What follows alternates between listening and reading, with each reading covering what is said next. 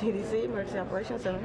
Deep inside the command center at the CDC, nearly 100 staffers are working around the clock to track and understand this mysterious virus. Is the CDC ready for a pandemic?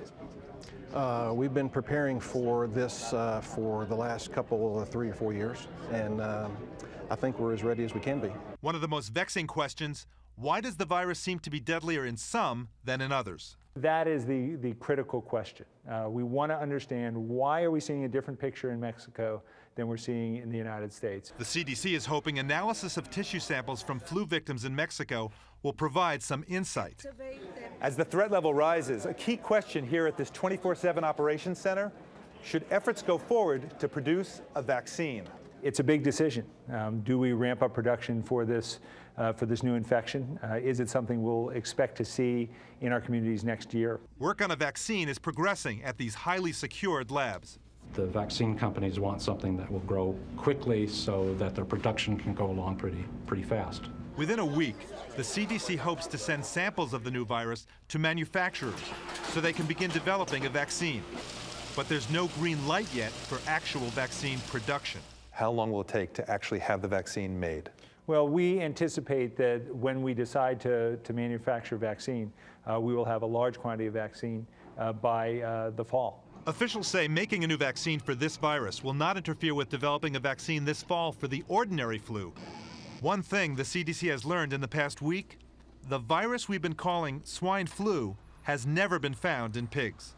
We're realizing it's not really accurate. I mean, it's a human flu. What more can we say? Like all flu viruses, this one has the ability to change, which is why the CDC is working so hard to unlock its secrets. Dr. Jon LaPook, CBS News, at the Centers for Disease Control in Atlanta.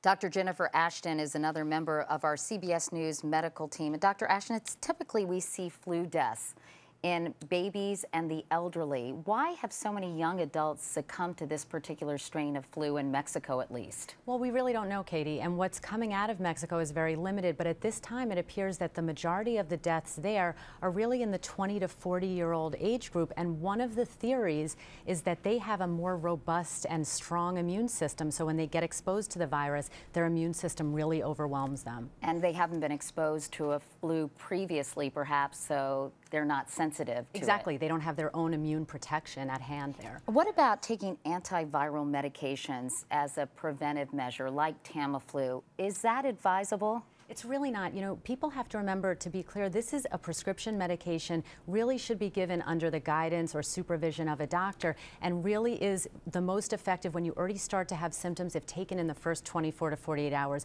Very, very rarely should be given truly preventatively. Meanwhile, as we saw, the vice president created a bit of a brouhaha when he said he would tell his family to avoid confined public spaces, but that's not terrible advice in certain situations, is it? Right. You know, really common sense precautions apply here, Katie. For people who have weakened immune systems, who have cancer, HIV positive, or on steroids, who would ordinarily avoid those in general, if they were due it a week ago, they should do it today. All right. But otherwise, maybe follow Mayor Bloomberg's advice. Exactly. Dr. Jennifer Ashton, thank you so much.